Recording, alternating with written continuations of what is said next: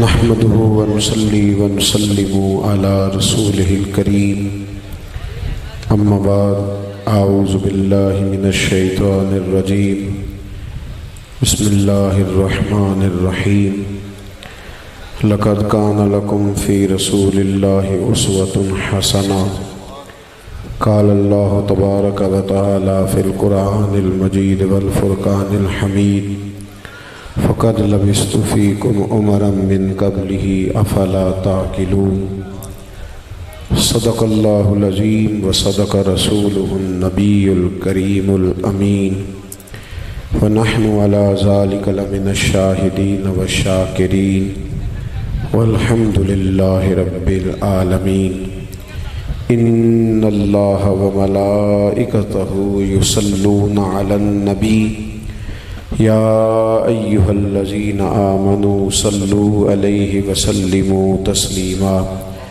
الصلاة والسلام عليك يا سيدي يا رسول الله وعلى آلك وأصحابك يا حبيب الله. سارے حضرات روشنی پڑھیے. الصلاة والسلام عليك يا سيدي يا نبي الله وعلى آلك وأصحابك يا حبيب الله.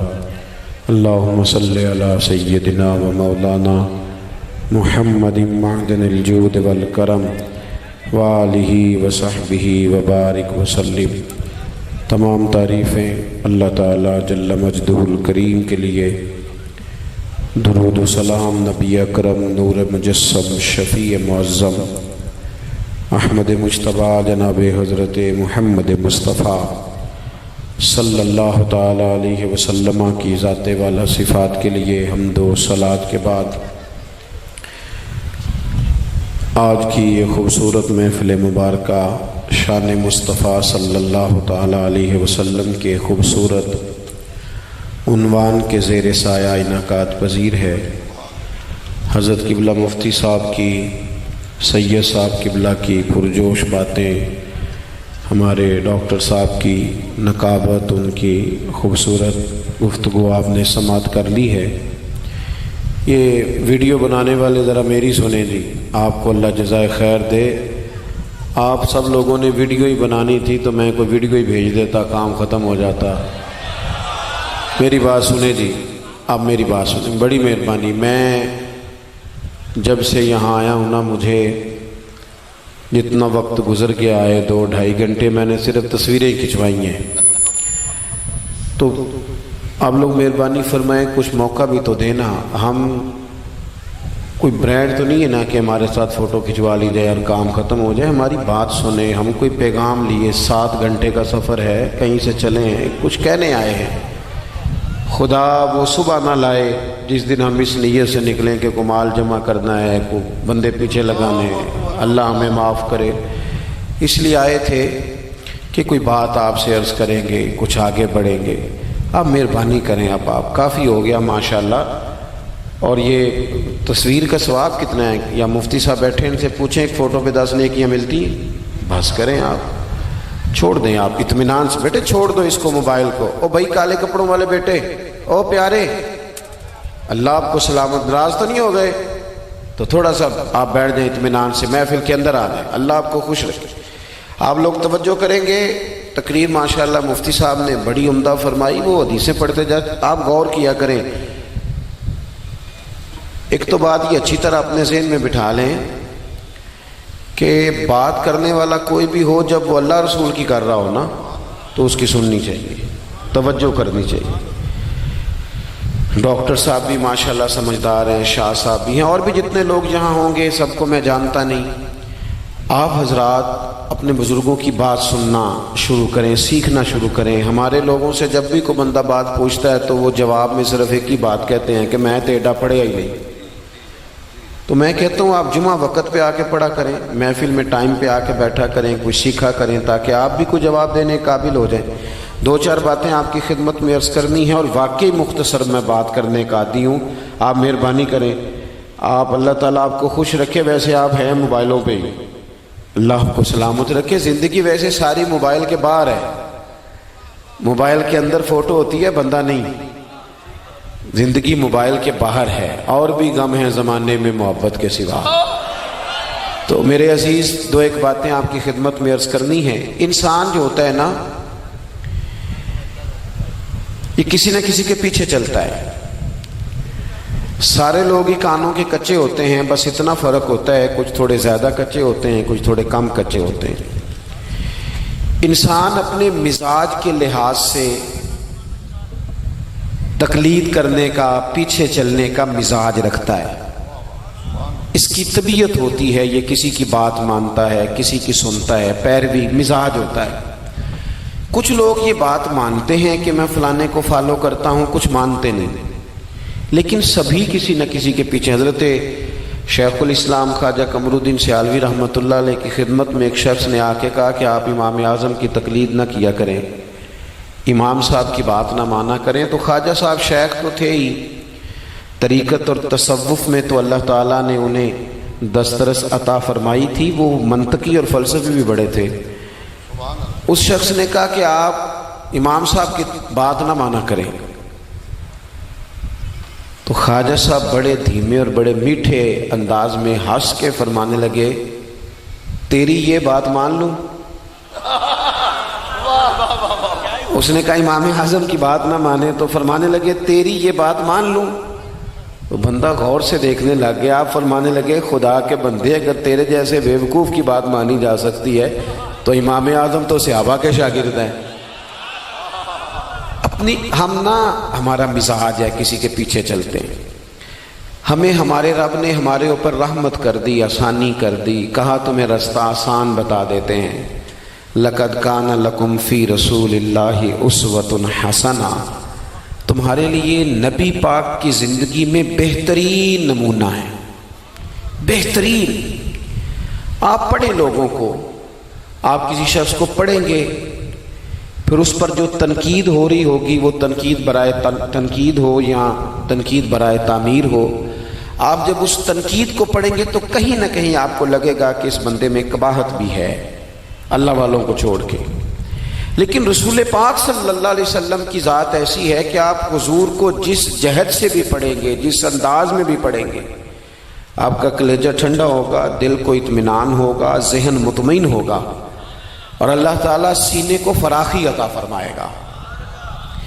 ہمارا چونکہ زیادہ تر مزاج جذبات میں رہنے کا ہے، طبیعت اس طرح کی ہے، ہم کچھ چیزوں کو باریک بینی سے سوچتے نہیں، گہرائی میں نہیں اترتے۔ رسول پاک صلی اللہ علیہ وسلم کو اللہ نے بڑی شانیں عطا فرمائی، حضور کو اللہ نے بڑی عظمتیں عطا فرمائی، بڑی۔ اللہ کے رسول صلی اللہ تعالی علیہ وسلم امام الانبیاء ہیں۔ دیکھیں نا، کوئی آدمی کسی جماعت کی ایک چھوٹی سی تحصیل کا صدر ہوتا ہے تو وہ کارڈ بنوا لیتا ہے، اور اس پہ اس نے کئی جگہوں پہ لکھوایا ہوتا ہے کہ میں صدر ہوتا ہوں۔ یہ میں گھومتا ہوں دنیا میں تو لوگ اپنا کارڈ دے کے نا تو فوراً پہ میرا بھی مانگتے ہیں، تو میں کہتا ہوں میں نے تو کبھی بنوایا ہی نہیں، ضرورت ہی نہیں پڑی، کبھی بنوایا ہی نہیں، کارڈ کی کیا ضرورت ہے؟ اگر خوشبو ہو تو وہ آ جاتی ہے، اسے بتانا تھوڑی پڑتا ہے کہ میں خوشبو ہوں۔ تو ہوتا یہ ہے کہ چھوٹی سی تحصیل کا ایک شخص اور کسی جگہ اسے کوئی نمائندگی ہے تو وہ بات کرتا ہے، ہم تقریریں کر دیتے ہیں، آپ لوگ سن لیتے ہیں، ذرا غور تو کریں کیا کہہ رہا ہوں۔ کائنات میں سب سے بہترین انسان نبی اور رسول ہوتے ہیں، اور اللہ نے اپنے محبوب پاک کو نبیوں کا امام بنایا ہے۔ اس فضیلت کو سمجھیں۔ یہاں نا جو لوگ لاڈلا کہلاتا ہے نا کوئی بندہ کہ میں لاڈلا ہوں، ویسے یہاں لاڈلے بدلتے رہتے ہیں، کبھی کوئی لاڈلا ہوتا ہے، کبھی کوئی لاڈلا ہوتا ہے، ویسے یہاں لاڈلے بدلتے ہیں، لیکن جو لاڈلا ہوتا ہے نا وہ بتاتا بھی ہے کہ میں لاڈلا ہوں، اور کسی کا بھی کوئی لاڈلا ہو جائے تو وہ ناز نخرے دکھاتا ہے۔ رسول کریم اور رب کے لاڈلے محبوب ہیں۔ لیکن جو بات میں نے آپ کی خدمت میں عرض کرنی ہے، آپ اس پر توجہ کریں گے۔ حضور امام الانبیاء ہیں، اللہ کے محبوب ہیں، نبی پاک علیہ السلام کا پتھروں نے کلمہ پڑھا ہے، چاند حضور کے اشارے پر ڈوبتے ہوئے واپس لوٹ آیا ہے، سورج ڈوبتے ہوئے آ گیا ہے، چاند کے 2 ٹکڑے ہوئے ہیں، یہ ساری حضور کی شانیں۔ اللہ نے اپنے محبوب کو معراج عطا فرمائی ہے۔ لیکن ملت کے جوانوں، آپ کو پتہ ہے ہمارے نبی پاک کا سب سے پہلا تعارف کیا ہے؟ حضور کا سب سے پہلا تعارف یہ ہے کہ یہ صادق اور امین ہے۔ یہ سچ بولتے ہیں۔ حضور کے اسوہ نور کی پہلی بات جو لوگوں کے سامنے آئی تھی وہ یہ تھی کہ یہ صادق ہیں، یہ سچے ہیں، یہ جھوٹ نہیں کہتے۔ آپ کو پتہ ہے رسول پاک صلی اللہ علیہ وسلم سے پوچھا گیا تھا حضور مومن کنجوس ہوتا ہے؟ فرمایا کبھی ہو جاتا ہے۔ یا رسول اللہ مومن بزدل بھی ہوتا ہے؟ فرمایا کبھی ہو جاتا ہے۔ یا رسول اللہ مومن جھوٹ بولتا ہے؟ تو میرے کریم نے فرمایا نہیں، میرا مومن جھوٹ نہیں بولا کرتا۔ حضور کا جو پہلا تعارف ہے نا، یہ جو حضور کی 40 سالہ زندگی ہے نا، اسے نبی پاک علیہ السلام نے اپنی نبوت کی دلیل کے طور پر بیان فرمایا ہے۔ فرمایا فقد لبثت فیکم عمرا من قبلہ افلا تعقلون۔ محبوب آپ ان سے کہہ دے میں نے تمہارے بیچ وقت گزارا ہے، تمہیں عقل نہیں؟ کو میری طرح کا سچا دیکھا ہے تو دکھاؤ۔ آج میری ملت کا سب سے بڑا مسئلہ جھوٹ ہے، سب سے بڑا مسئلہ اعتماد نہیں۔ بیوی اپنے شوہر سے کہتی ہے کہ تو تھوڑے پیسے دے لیا کر، تھوڑے ایک جوڑے پہ میں گزارا کر لوں گی، میرے ساتھ سچ تو بول۔ تو لاہور جاتا ہے تو لاہور کا بتا کے جا۔ ماں کہتی ہے پتر سے کہ پتر تھوڑی باتیں بتایا کر پر سچی بتایا کر۔ قوم کا اعتماد اٹھ گیا سیاستدانوں سے، تم نے لمبے چوڑے وعدے کیے، تم نے بڑی باتیں سنائی۔ تم دیکھیں نا، آپ کی توجہ اگر ہو تو میں ایک حوالہ اس طرح کا بھی عرض کروں آپ کی خدمت میں۔ سبز باغ دکھا کے لوگوں کو کبھی پریشان نہیں کرنا چاہیے، کبھی بھی۔ یہ ہمارے پیر بھلا کیا کرتے ہیں بیچارے، ایک کرامت اللہ خیر کرے کبھی کوئی ایک بن جاتی ہے نا تو پھر وہ کمپنی کی مشہوری کا ذریعہ بنتی ہے۔ وہ کہتے ہیں اس کرامت کو بھی فیس بک پہ ڈالو۔ میں نا کراچی جا رہا تھا تو لاہور میں تھوڑا سا مریض ہوں، مجھے الرجی ہو جاتی ہے، زیادہ دیر بیٹھ نہیں سکتا، تو ایک کانفرنس میں مجھے شرکت کرنی تھی۔ تو ایئرپورٹ سے ہی میں نے دوستوں سے پوچھا موسم تمہارا کیسا ہے؟ کہنے لگے پیر صاحب بڑی گرمی ہے اور شدت ہے بڑی، اے سی چلا کے بھی گاڑی میں دقت ہے۔ تو میں نے کہا اچھا دعا کرتے ہیں اللہ بارش برسا دے۔ تو یہ دعا لاہور ہو رہی تھی، میں کراچی ایئرپورٹ پہ اترا تو بارش ہو رہی تھی۔ تو وہ جو مجھے لینے آئے تھے نا صاحب، وہ گاڑی میں ایک بندے کو کہہ رہے ہیں کہ وہ پیر صاحب نے لاہور آکھیا سی تو 1.5 گھنٹے جمی آ گیا ہے۔ وہ میں نے اسے کہا بس کر، اب آگے نہ بتا، ایسا نہ ہو کہ 2-4 لوگ آ جائیں کہ پیر صاحب جو کہتے ہیں وہ ہو جاتا ہے۔ جڑے محرم راز حقیقت دے اور راز حقیقت کھول دے نہیں، جڑے محرم راز حقیقت دے اور راز حقیقت کھول دے نہیں، اے جنہ ویکھیا نہیں او کرن گلاں، جنہ ویکھ لیا ہو تے بول دے ہی نہیں۔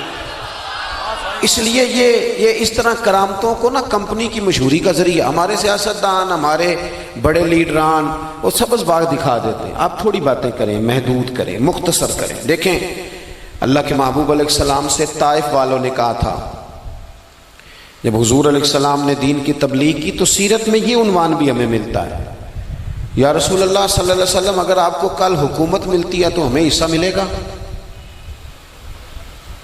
عرب کے لوگوں کا مزاج تھا نا، انہوں نے حضور سے کہا اگر کل کلاں حکومت ملتی ہے تو ہم شریک ہوں گے؟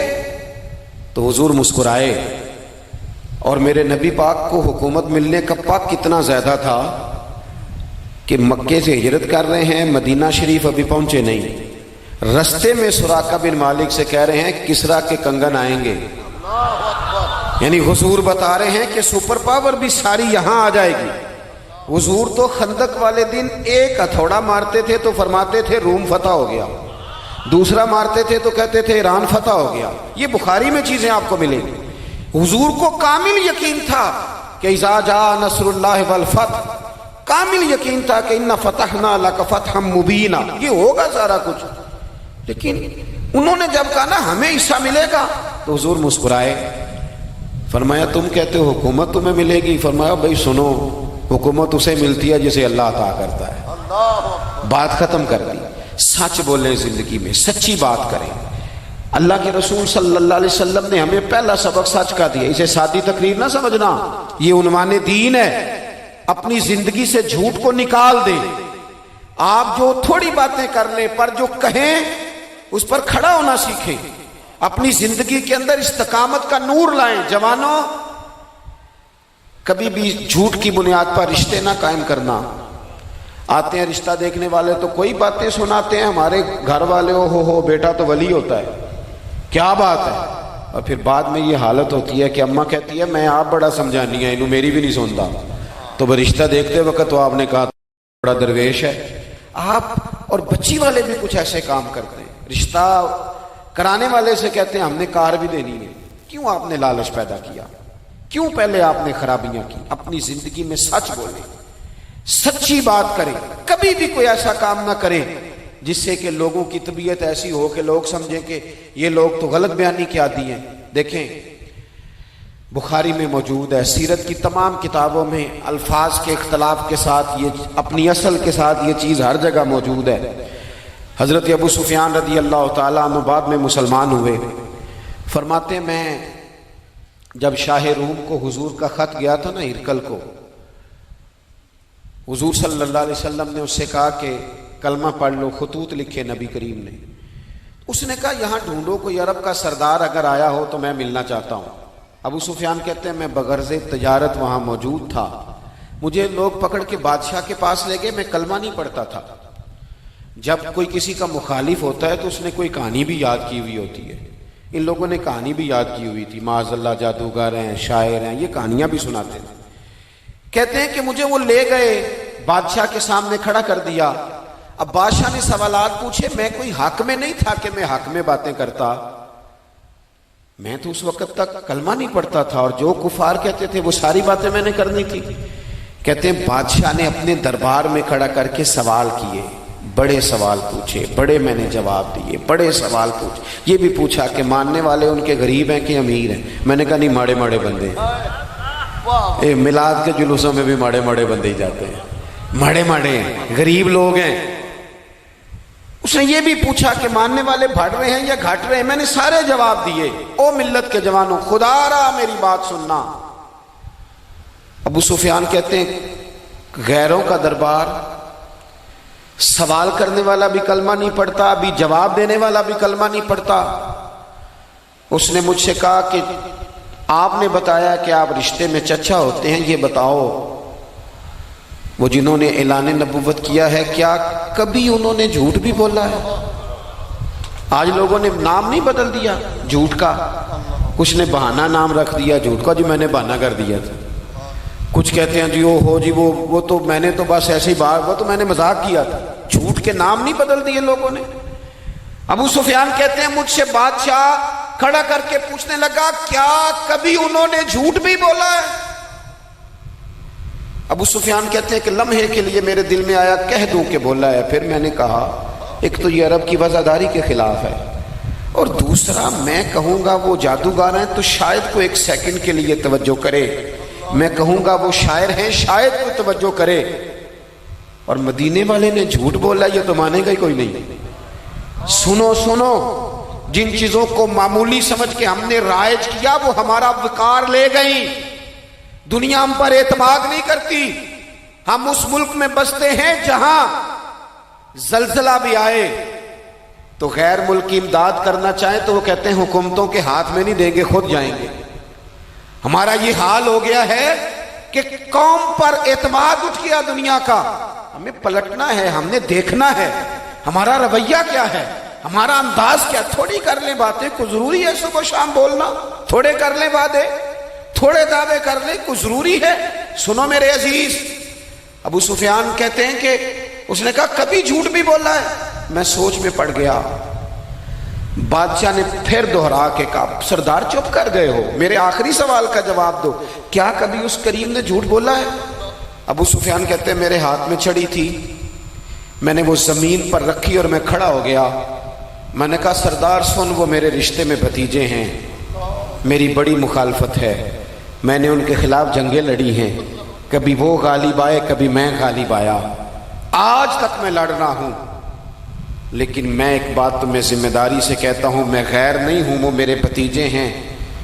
میں نے ان کو ماں کی گود میں بھی دیکھا ہے، دادا کے کندھوں پہ بھی دیکھا ہے، چچا کے گھر میں بھی دیکھا ہے، ختیجہ کا دولہا بنے بھی دیکھا ہے، زینب سے لے کر فاطمہ تک بیٹیوں کو گود میں کھیلتے بھی دیکھا ہے. میں نے انہیں بدر اور احد میں آتے بھی دیکھا ہے. میرے سامنے پیدا ہوئے اور میرے سامنے ان کے بالوں میں سفیدی آئی. مخالفت اپنی جگہ پر، پر میں تمہیں یہ بات ذمہ داری سے بتاتا ہوں، اس محبوب کی زبان سے جو بھی نکلتا ہے حق اور سچ ہی نکلا کرتا ہے۔ وہ اسیر دشمن کی چاہ میں بھی، مخالفوں کی نگاہ میں بھی، وہ امی ہے، صادق ہے، معتبر ہے، میرا پیغمبر عظیم تر ہے، میرا پیغمبر عظیم تر ہے، میرا پیغمبر عظیم تر ہے۔ ابو سفیان کہتے ہیں میں یہ لفظ کہے تو کتنے ہی لوگ دربار میں رو پڑے، ایک سناٹا چھا گیا، کوئی صحابی نہیں وہاں، کوئی نعرہ لگانے والا نہیں، کوئی اپنا نہیں، لوگ رو پڑے۔ کہتے ہیں بادشاہ نے چادر اٹھائی کندھے پہ رکھی، کچھ دیر سوچتا رہا، پھر وہ چل دیا۔ میں نے پیچھے سے آواز دی، میں نے کہا تو نے اتنے سوال پوچھے، میں نے اتنے جواب دیے، کوئی رزلٹ بھی تو بتانا کیا نکلا، نتیجہ کیا ہے؟ تو بادشاہ نے پلٹ کے میری طرف دیکھا، کہنے لگا سردار نتیجہ تو نکل آیا نا یار، جس بندے نے کبھی بندوں سے جھوٹ نہیں بولا وہ یہ جھوٹ کیوں بولے گا کہ میں اللہ کا رسول بن کے آیا؟ اس نے او میرے بھائی اپنی زندگی میں سچ لاؤ، خدا را ہمارے گھروں سے لے کر حکومت کے ایوانوں تک ضرورت سچ کی ہے، ضرورت سچ کی ہے۔ دوسری بات، اپنی زندگی میں دیانتدار ہو جائیں، چھوڑ دے سامنے والا کیا کر رہا ہے، میں اپنے اس ممبر سے دیانتدار ہوں کہ نہیں، یہ میں نے اللہ کو جواب دینا ہے۔ میں نے جتنی عزت سمیٹی ہے دین کے نام پہ سمیٹی ہے، میں نے اللہ کو جواب دینا ہے۔ ہم سارا دھیان دوسروں کا رکھنے لگ گئے۔ حضرت خواجہ نصیر الدین چراغ دہلوی رحمۃ اللہ علیہ سے بادشاہ نے آ کے وظیفہ پوچھا تھا، حضرت کو وظیفہ بتائے، تو خواجہ صاحب فرمانے لگے اپنا کام دیانتداری سے کر، یہی سب سے بڑا وظیفہ ہے۔ اپنی زندگی میں دیانتداری، امانت داری، آپ اس طرح کے ہو جائیں کہ آپ جس طرح آپ سمجھے نا کہ یہ حرام جانور ہے تو میرے منہ میں جائے گا تو مجھے الٹی آئے گی۔ آپ کبھی دیکھیں نا کہ حرام گوشت کوئی آپ کو بتا دے، آپ دو لقمے آپ نے کھا بھی لیے، لطف آیا، تو کسی نے کان میں کہا یہ تو ذبح ہی نہیں ہوا تھا، بیمار تھا، تو الٹی آ جاتی ہے کہ نہیں؟ بولو، کہہ آ جاتی ہے؟ انسان کا ذہن قبول کرتا ہے حرام کھانے کو؟ 2 کلو گوشت پہ الٹی آتی ہے تو 2 کروڑ روپے پہ کیوں نہیں آتی؟ ہمارے ایک دوست ہیں یونیورسٹی کے لیکچرار ہیں، مجھے ایک دفعہ فرمانے لگے پیر صاحب عجیب بات ہے، ایک بندے کو نا کہیں جوتا پڑا مل گیا، بڑا قیمتی تھا پر ایک پیر تھا جوتے کا۔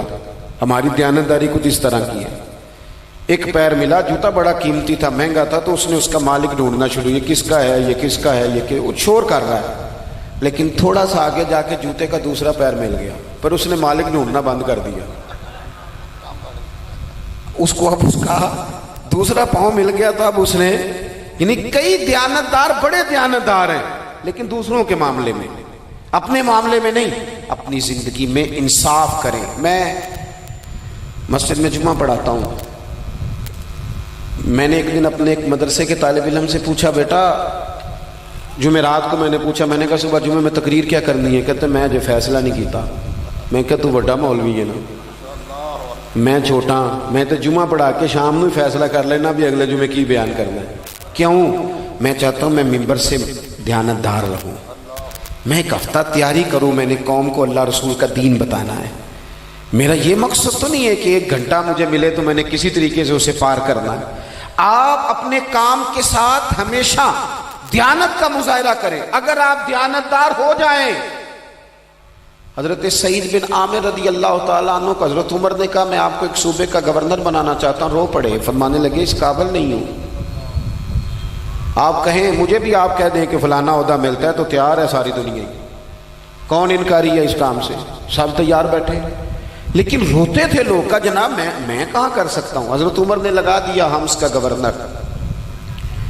کچھ مہینوں کے بعد حضرت عمر تشریف لے گئے، جا کے پوچھا کہ کیسا ہے، تو پہلے تو ایک لسٹ منگوائی حضرت عمر نے، کچھ مال آیا ہے تو مختلف صوبوں میں بانٹنا ہے، غریبوں کی لسٹ لاؤ۔ ان کے صوبے کی لسٹ آئی تو تیسرا نام گورنر صاحب کا تھا۔ وہ کہا تمہارا گورنر مسکینوں غریبوں میں؟ کہنے لگے حضرت صاحب جو لسٹ بنانے والے تھے وہ کہنے لگے اب ان کے وجود پر جو کپڑے ہیں جگہ کوئی نہیں بچی، پیوند کہاں لگانے ہیں۔ دامان توکل کی یہ خوبی ہے کہ اس پر پیوند لگے ہوتے ہیں پر دھبے نہیں ہوتے، پیوند لگے ہوتے ہیں پر دھبے نہیں ہوتے۔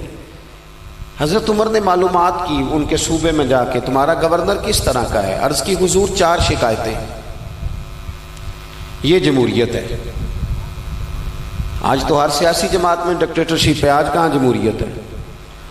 آج تو آپ جتنے شاہ کے وفادار ہو جائیں گے اتنا اچھا عہدہ لیں گے، جتنا مرضی قابل بندہ ہو جماعت کے اندر، لیکن اگر وہ پورا تابع دار نہیں تو نظام نہیں چلتا، جتنا مرضی قابل ہو۔ حضرت سعید بن عامر رضی اللہ تعالیٰ عنہ 4 شکایتیں، عام آدمی شکایتیں کر رہے ہیں۔ حضرت عمر نے کہا کون کون سی؟ تو انہوں نے کہا جی پہلی شکایت یہ ہے کہ ہمارے گورنر، توجہ ہے میرے بھائیوں کی، انہوں نے کہا جی پہلی شکایت یہ ہے کہ گورنر صاحب صرف دن کو ملتے ہیں، انہیں رات کو بھی لوگوں سے ملنا چاہیے۔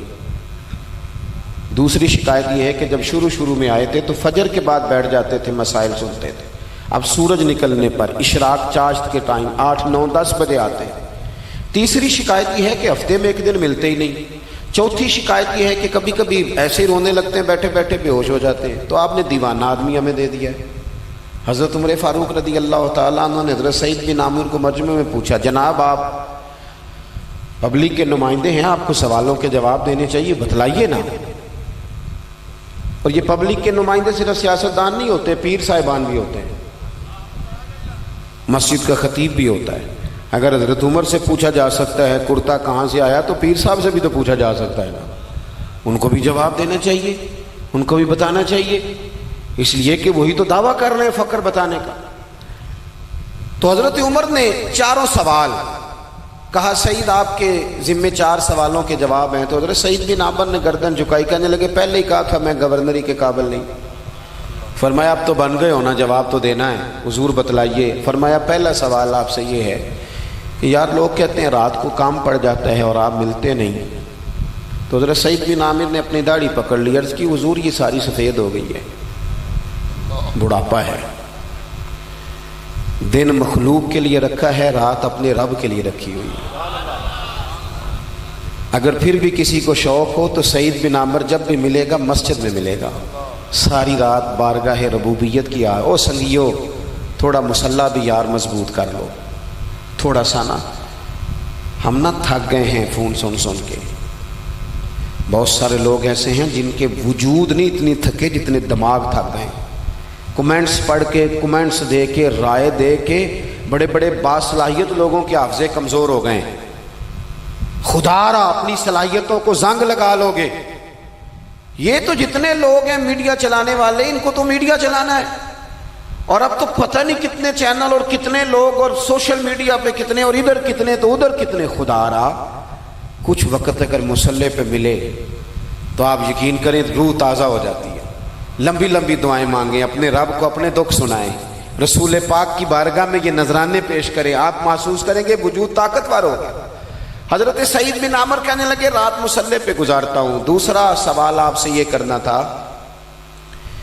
کہ یہ لوگ کہتے ہیں کہ آپ پہلے فجر میں آ جاتے تھے، اب اشراق چاشت کے بعد 9 10 بجے نکلتے ہیں۔ تو حضرت سعید بن عامر نے گردن جھکائی، کہا یہ میرا راز تھا، میری پرائیویٹ بات تھی۔ کہا جناب اب تو لوگوں کا سوال ہے۔ تو آپ فرمانے لگے میرے گھر میں خادم کوئی نہیں، غریب آدمی، بیوی بیمار ہو گئی ہے، 35 سال اس وفادار عورت نے میری ڈیوٹی کی ہے، بیماری میں چھوڑ دوں تو وفاداری تو نہیں نا۔ سویرے اٹھتا ہوں، گھر کا کام کرتا ہوں، پھر بیوی کے لیے ناشتہ بناتا ہوں، اسے کھانا کھلاتا ہوں، تیاری کرتے آتے دیر ہو جاتی ہے۔ دوسرے سوال پر لوگ رو پڑے۔ کہا تیسرا اعتراض آپ پہ یہ ہے کہ ہفتے میں ایک دن ملتے نہیں۔ تو حضرت سعید بن عامر کہنے لگے میں نے کہا تھا میرا پردہ نہ کھولا جائے، میں بڑا راضی ہوں رب کی عطاؤں پہ، میں کیوں کسی کے سامنے اپنا دکھ بیان کروں۔ گردن کو جھکا دیتا ہے خیرات کا پتھر، جہاں میں مانگنے والوں کے سر کبھی اونچے نہیں ہوتے، اور غیرت ہے بڑی چیز جہاں نے تگ و دو میں پہناتی ہے یہ فقر کو تاج سردارا۔ آپ موقع دیں جی، بڑی مہربانی، چھوڑ دیں جی، تھوڑی 1 منٹ صرف جی ہمیں دیں، بولیں نہیں پیار سے جی، ناراض نہیں ہونا، آپ ہمیں موقع دیں۔ بات بھی اب تقریباً قریب ہونے کے قریب آئی۔ کہا حضرت سیدنا سعید بن عامر رضی اللہ تعالیٰ عنہ نے فرمانے لگے میں نے کہا تھا یہ میرا پردہ ہے، یہ نہ سنایا کریں آپ دکھ لوگوں کو۔ یہ غریب کہتے ہیں میں کسی امیر کے ساتھ لگ جاؤں گا تو کچھ بھی نہیں بنتا، چھوڑ دیں آپ، دکھڑے رب رسول کو سناؤ، خیرات بھی ملے گی اور عزت بھی ملے گی. وہ دیں گے اور کسی کو بتائیں گے بھی نہیں. حضرت سعید بن عامر رضی اللہ تعالیٰ عنہ سے تیسرا سوال ہوا. کہا جناب آپ ہفتے میں ایک دن ملتے نہیں. تو فرمانے لگے میرا راز تھا پر بتا دیتا ہوں, جوڑا ایک ہی ہے میرے پاس. ہفتے میں ایک دن دھو لیتا ہوں, پھر بیوی کے کپڑے پہن کے سارا دن بیٹھا رہتا ہوں. اگر دوسرا جوڑا ہو تو یہ کام نہ کروں. حضرت عمر رو پڑے. کہا جلدی سے چوتھے سوال کا جواب بھی دے. کبھی کبھی روتے ہو تو بے ہوش ہو جاتے ہو. وہ پھر رو پڑے. عرض کرنے لگے حضور 40 سال کی عمر میں کلمہ پڑھا. میرے سامنے حضرت خبیب کو پھانسی دی گئی مکے میں. جب وہ اپنی پچھلی غلطیاں یاد آتی ہیں تو پھر رو پڑتا ہوں. یاد ماضی عذاب ہے یا رب. میں تکلیف میں آ جاتا ہوں, سوچتا ہوں اگر اللہ نے سوال کیا تو کیسے جواب دوں گا. اس لیے برداشت نہیں ہوتا تو رو پڑتا ہوں. چاروں سوالوں کے جواب دیے تو حضرت سعید بن عامر کہنے لگے اب آپ نے مجھ سے سوالوں کے جواب تو لے لیے, اب میری سزا کا بھی تو اعلان کرے نا, بتائیں نا. تو حضرت عمر نے ہاتھ اٹھائے اور کیا لفظ کہے. کہے اللہ میرے نبی کی امت کو اس طرح کے کچھ اور لوگ بھی عطا فرما, کچھ اپنی زندگی میں دیانتدار ہو جائیں. تیسری بات آپ کی خدمت میں عرض کرنی ہے. رسول پاک صلی اللہ تعالیٰ علیہ وسلم نے نا ہمیں خالص کیا ہے. حضور کا سارا دین اخلاص کا درس دیتا ہے. یہ جو ریاکاری ہوتی ہے نا, نوجوانوں میری بات پہ غور کرنا, یہ جو ریاکاری ہوتی ہے نا یہ بنیادی طور پر اداکاری ہوتی ہے. اداکاری بندہ زیادہ کر نہیں سکتا, تھک جاتا ہے. مخلص زندگی وہ ہوتی ہے جو آپ نارمل جیتے ہیں. مخلص آپ ہوتے ہیں جب آپ اپنی والدہ کے پاس نہیں بیٹھے ہوتے. آپ نے جب 5 اسٹار ہوٹل میں روٹی کھانی ہے نا تو پھر آپ کو پلیٹ کے ساتھ ٹیشو پیپر بھی ساتھ رکھنا پڑتا ہے. پھر رج کے روٹی کھائی بھی نہیں جاتی. رج کے کب کھائی جاتی تھی؟ میں ایک جگہ مجھے بڑے اچھے ہوٹل میں رکھا گیا اور مجھے بڑا انہوں نے محبت کی. تو جب میں لوٹ رہا تھا نا واپس پاکستان تو مجھے کہہ رہے تھے آپ کو مزہ تو آیا ہوگا. میں نے کہا نہیں جی, سچ پوچھیں تو پھر یہ ہے کہ مزہ جب ہی آتا تھا جب اماں سویرے روٹیاں پکاتی تھی. وہ کہندی سی پتر ہے پیڑا نہ اتنے کول ہی لے آیا. تو اس کے پاس بیٹھتے تھے تو پھر اماں جب سالن دیتی تھی تو کہتی تھی ہور نہیں ہو ملنا, دوجیوں نے بھی دینا ہے. اور پھر لطف اس وقت آتا تھا جب بار بار کہتے تھے اماں جی چلو تھوڑا جاتے تھے ہونا تھوڑا جا. تو پھر اماں کئی دفعہ کہتی تھی کہ میں نے وہ اس سے نکال کے فریج میں رکھ دیا, بڑے بھائی نے کام سے آ کے روٹی کھانی ہے, اب یہ برتن ہے اسی کو صاف کر لے. او بھائی میں نے اپنے ابا جی کو دیکھا خودداری کر. میں نے ایک دن ان سے پوچھا میں کہ ابا جی تو انہوں پسند کی ہے. ہم پڑھتے تھے نا انٹرویو اخباروں میں تو 2-4 سوال ہر بندہ پوچھتا تھا. اب تو انٹرویو زیادہ لوگ لیتے ہیں تو اب تو کبھی اتنا موقع ہی نہیں ہوتا کس کا سنیں کیا کریں, یہ تو چھوڑ دیا کام. اخبار میں کبھی انٹرویو آتا تھا تو مسجع مقفع ہوتا تھا, لکھنے والے بھی اچھے ادیب ہوتے تھے, جملے چبھتے نہیں تھے طبیعت. تو 2-4 سوال بڑے ضروری ہوتے تھے. پھول کون سا پسند ہے, کھانے میں کیا پسند ہے, رنگ کون سا پسند ہے, یہ 2-4 سوال ہر ایک سے ہوتے تھے. میں نے اپنے والد صاحب سے ایک دن پوچھا میں کہ ابا جی تو انہوں پسند کیے تے فرمان لگے پتر جے تے لگی ہوئے بھوک تے پھر ہر شے تے جے نہ لگی ہوئے تے پھر نخرے ہی نخرے نے.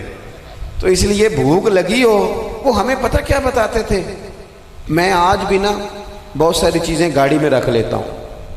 آج بھی جو کھانا اپنی مرضی سے کھاتا ہوں وہ پیٹ بھر کے کھایا جاتا ہے. جو تصویروں کی شدت سے باہر ہوتا ہے وہ کھایا جاتا ہے. اس کو آپ قبول کر لیتا آپ کا وجود. یاد رکھنا میرے عزیز, میرے نبی پاک صلی اللہ علیہ وسلم نے فرمایا ہے بہترین روٹی وہ ہے جو تو اپنے ہاتھوں کی کمائی سے کھاتا ہے. وہ بہترین رزق ہے جو تو. اور حضور نے فرمایا اللہ کے نبی حضرت داؤد محنت کر کے کھانا کھاتے. دعوتوں پہ جا کے تو بندہ بیمار رہنے لگ جاتا ہے, وہ تو کام ہی ختم ہو جاتا ہے. والد صاحب کہا کرتے تھے کہ لو میں پا دیتے نے تانوں دانے پڑولے چ تے ماں تہاڈی نے تانوں 4 پا دیتا ہے, لو ہن تانوں پرواہ نہیں ساریاں گرمیاں, موج کرو. یہ اصل تھا ہمارا. اس پہ واپس آ جائیں, اس پہ آ جائیں. یہ صحت افزا روٹیاں ہیں, یہ کھائیں. بڑی گاڑیوں کا اور بڑی چیزوں کا شوق چھوڑ دیں, محنت ڈٹ کے کریں, لیکن زندگی اصل پہ لے آئیں. اصل زندگی خالص ہوتی ہے.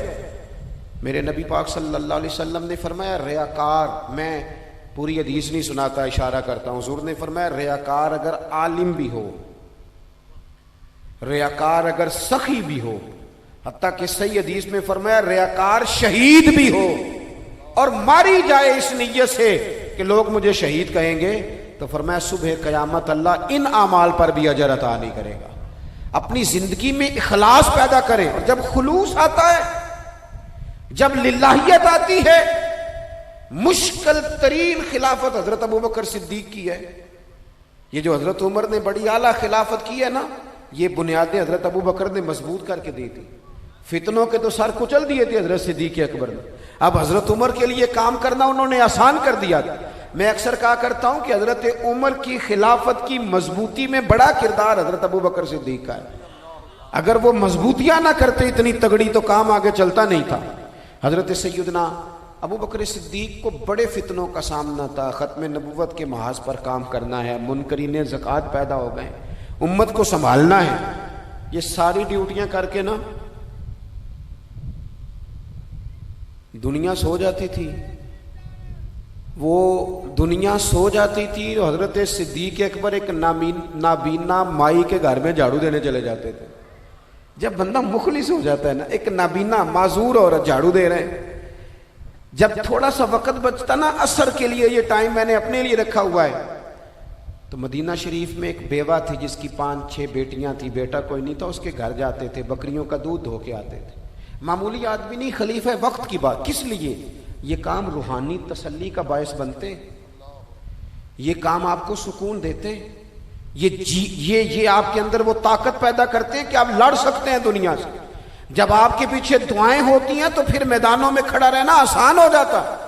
حضرت عمر فاروق فرماتے ہیں تیسرا دن تھا جناب صدیق اکبر کے وصال کو.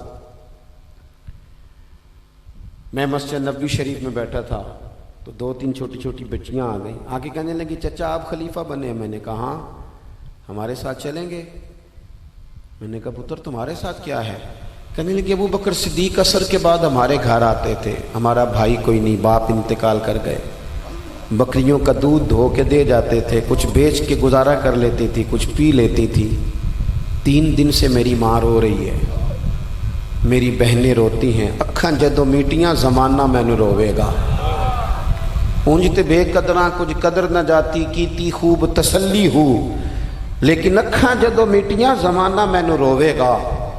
اپنا تے اپنا بیگانہ بھی مینو روے گا. جدو نہ میں دسیا میں خاراں نو میں خانے وچ، پھر جام ٹوٹ جان گے تے میں خانہ مینو روے گا.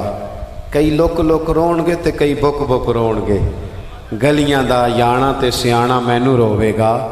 اور کسی نے کہا تھا میرے مرنے پہ ہر سو شور مچ جائے گا دیکھو گے. یہ رحمت کی امید لگاتے کہا، کرم کی امید، عاجزی سے کہا، نذرانے میں کہا کسی درویش نے. کہنے لگے میرے مرنے پہ ہر سو شور مچ جائے گا دیکھو گے. کہنے الوداع سرکار خود تشریف لائیں گے. اور کسی نے کہا تھا کہ بعد مرندے مکھڑا میرا ہو جاوے جے تازہ، پھر سمجھ لینا محبوب میرے نے آن پڑیا جنازہ. تو بھائی اپنی زندگی میں اخلاص پیدا کرے. ہم نا غریب لوگ بھی امیروں سے تصویر کھنچوانا پسند کرتے ہیں. امیروں سے اپریشیٹ کرنا چاہیے محنت کرنے والے آدمی کو. جس کو پسینہ آ گیا نا ریڈی پہ کھڑے ہوئے، وہ بڑا باوقار آدمی، اسے پسینہ آ گیا. میں ابھی بھی کبھی کبھی جوتا گنڈوا لیتا ہوں، چونکہ میں نے دیکھا ہے میرے ابا جی مجھے کہتے تھے لے جا جوتیاں توڑے پا کے ساریاں گنڈا لیا، تو یاد ہے تو میں ابھی بھی چلا جاتا ہوں. تو ہمارے ایک پرانے موچی ہیں، میں ان کے پاس ایک دن، وہ بڑے خوددار آدمی، 5 روپے کے 10 دے دے نا، وہ ان کو 10 دے دو، کہتے چوکا اپنے 5 روپیے. وہ ایک شاعر بیٹھے تھے نا، تو شاعر بھی بیچارے کئی اسی طرح کے ہوتے ہیں، ناراض نہ ہو جائیں شاعر، لیکن وہ کئی دفعہ نا ان کو بھی دیکھ کے لگتا ہے کہ کئی دنوں سے بیچارے نے روٹی نہیں کھائی. تو موٹی چادر لیے گرمیوں میں کسی چوک میں بیٹھا تھا نا شاعر، تو کوئی بندہ جاتے ہوئے 5 روپے دے گیا. اس نے کہا یہ کیا ہے؟ کہنے لگا کھانا شانا کھا لینا. پر شاعر نے کمال بات کی، اس نے کہا یہ آرزوئے کرم اور میں آپ سے کروں، یہ آرزوئے کرم اور میں آپ سے کروں، یہ بھیک اس کو دیجیے جس کا خدا نہ ہو. اور میرے اعلیٰ حضرت کیا کہتے ہیں؟ کہتے ہیں کروں مدح اہل دول رضا،